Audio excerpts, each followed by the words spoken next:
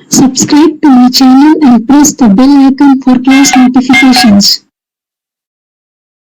आज हम लोग क्लास 6 के मैथ में चैप्टर 4 बेसिक ज्योमेट्रिकल आइडियाज में एक्सरसाइज 4.3 का क्वेश्चन नंबर 1 करेंगे एनसीईआरटी बुक से। क्वेश्चन नंबर 1 में है name the angles in the given figure. ये फिगर बना हुआ है क्वेश्चन में। इस फिगर को देख के हमको एंगल्स का नाम लिखना है। इस फिगर में कौन कौन सा एंगल्स है उसका हमको नाम लिखना है। ठीक है, तो बताई थी कि 4 साइडेड पॉलीगॉन को हम लोग बोलते हैं क्वाड्रिलेटरल। तो ये पॉलीगॉन है क्योंकि ये सिंपल क्लोज्ड फिगर है। ठीक है, तो इसलिए ये क्या है, पॉलीगॉन है। और ये लाइन सेगमेंट से भी बना है। लाइन सेगमेंट को ही हम लोग बोलते हैं साइड। तो इसमें AB line segment, BC line segment, CD और DA लाइन सेगमेंट है, यानी यही क्या है, साइड है। तो ये 4 साइडेड पॉलीगॉन है, तो इसलिए ये क्या है, क्वाड्रिलेटरल है। ठीक है, क्वाड्रिलेटरल है ये। अब इसमें एंगल्स कौन कौन होगा, तो इसमें जो है इस क्वाड्रिलेटरल में 4 एंगल्स है। कौन कौन, तो एक है एंगल A, दूसरा है एंगल B, तीसरा है एंगल C और चौथा है एंगल D। तो इसमें 4 एंगल्स है। ठीक है, तो पहला जो एंगल्स होगा सॉल्यूशन में हम लोग लिखेंगे, पहला एंगल्स है A, एंगल A है। ठीक है, पहला एंगल A है। तो इसको हम लोग एंगल A भी लिख सकते हैं, तब भी सही होगा, या फिर इसको हम लोग ऐसे भी लिख सकते हैं, या फिर एंगल A को हम लोग ऐसे भी लिख सकते हैं। अब देखिए A जो है मेरा एंगल, वो किस लाइन सेगमेंट से कनेक्टेड है, तो एक AD लाइन सेगमेंट से कनेक्टेड है और AB लाइन सेगमेंट से कनेक्टेड है। 2 लाइन सेगमेंट से A एंगल मेरा कनेक्टेड है, AB और AD।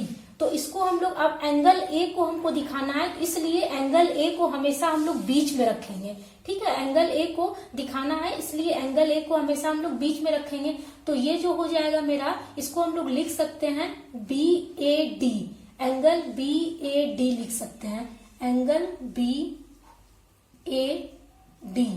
ये भी लिख सकते हैं। बीच में हम लोग एंगल A को रखेंगे। ठीक है, क्योंकि एंगल A को हमको दिखाना है, तो इसलिए, या फिर इसको हम लोग ऐसे भी लिख सकते हैं, और इसको हम लोग ऐसे भी लिख सकते हैं, एंगल DAB, एंगल DAB इस तरह से भी हम लोग लिख सकते हैं। तो तीनों में से कुछ भी लिखिएगा तो मेरा सही होगा। ठीक है, क्योंकि तीनों जो है एंगल A को ही दिखा रहा है। तो अगर एंगल A भी लिखिएगा फिर भी सही होगा, या फिर एंगल BAD लिखिएगा तब भी सही होगा, इसमें भी एंगल A को ही दिखा रहा है, या फिर एंगल DAB लिखिएगा तब भी सही होगा, इसमें भी एंगल A को ही दिखा रहा है। तो तीनों में से कुछ भी लिखिएगा तो मेरा सही ही होगा। ठीक है, दूसरा एंगल जो मेरा बनता है वो है एंगल B, एंगल B बनता है। ठीक है, तो इसको चाहे तो एंगल B लिखिएगा एग्जाम में फिर भी सही होगा, चाहे तो इसको हम लोग ऐसे भी लिख सकते हैं। अब देखिए एंगल B जो है मेरा, वो किस लाइन सेगमेंट से जुड़ा हुआ है, कनेक्टेड है। तो देखिए BC लाइन सेगमेंट से एंगल B जुड़ा हुआ है और BA लाइन सेगमेंट से जुड़ा हुआ है। ये 2 लाइन सेगमेंट से एंगल B जुड़ा हुआ है, BC और BA। तो इसको हम लोग ऐसे भी लिख सकते हैं। अब एंगल B को दिखाना है, तो इसलिए हम लोग B को किस में रखेंगे, बीच में रखेंगे, मिडिल में रखेंगे।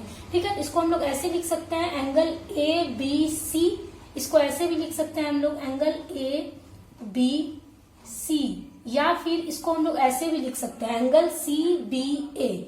ठीक है, एंगल CBA ऐसे भी लिख सकते हैं। तो तीनों में से कुछ भी लिखिएगा तो वो एंगल B को ही शो कर रहा है, तो मेरा सही होगा। ठीक, अब तीसरा एंगल जो होगा इसमें वो क्या होगा, एंगल C होगा, एंगल C।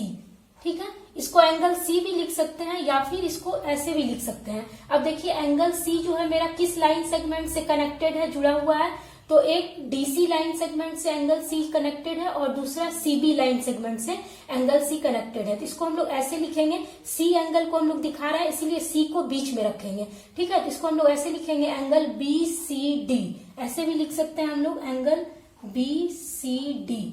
चाहे तो हम लोग इसको ऐसे भी लिख सकते हैं, एंगल DCB। ठीक है, एंगल DCB ऐसे भी लिख सकते हैं। सिर्फ हमको ये याद रखना है कि जिस एंगल को हमको दिखाना है उस एंगल को हमको बीच में रखना है। ठीक है, जैसे इसमें C को दिखाना है तो C को हम लोग बीच में रखेंगे। ठीक है, अब चौथा एंगल जो मेरा बन रहा है इसमें वो क्या है, एंगल D है, एंगल D है। तो इसको चाहे तो एंगल D भी लिख सकते हैं, चाहे तो इसको इस तरह से भी लिख सकते हैं। अब D देखिए एंगल किस लाइन सेगमेंट से कनेक्टेड है, तो DC लाइन सेगमेंट से कनेक्टेड है और AD लाइन सेगमेंट से कनेक्टेड है। ये दोनों लाइन सेगमेंट से कनेक्टेड है एंगल D। तो इसको हम लोग क्या लिखेंगे, एंगल CDA भी लिख सकते हैं, एंगल CDA ये भी लिख सकते हैं। चाहे तो हम लोग इसको ऐसे भी लिख सकते हैं, एंगल ADC, एंगल ADC ऐसे भी लिख सकते हैं। ठीक है, तो यही मेरा 4 एंगल इसमें बनता है, एक angle A, angle B, angle C और एंगल D। ठीक है, तो यही हो जाएगा मेरा आंसर। तो बच्चों, अगर मेरी वीडियो आपको अच्छी लगी हो, समझ में आई हो, तो मेरे चैनल मैथ्स क्लासेस विद शिखा झा को सब्सक्राइब करना, और यदि यह वीडियो अच्छी लगी है तो इस वीडियो को लाइक करना और शेयर करना। Thank you.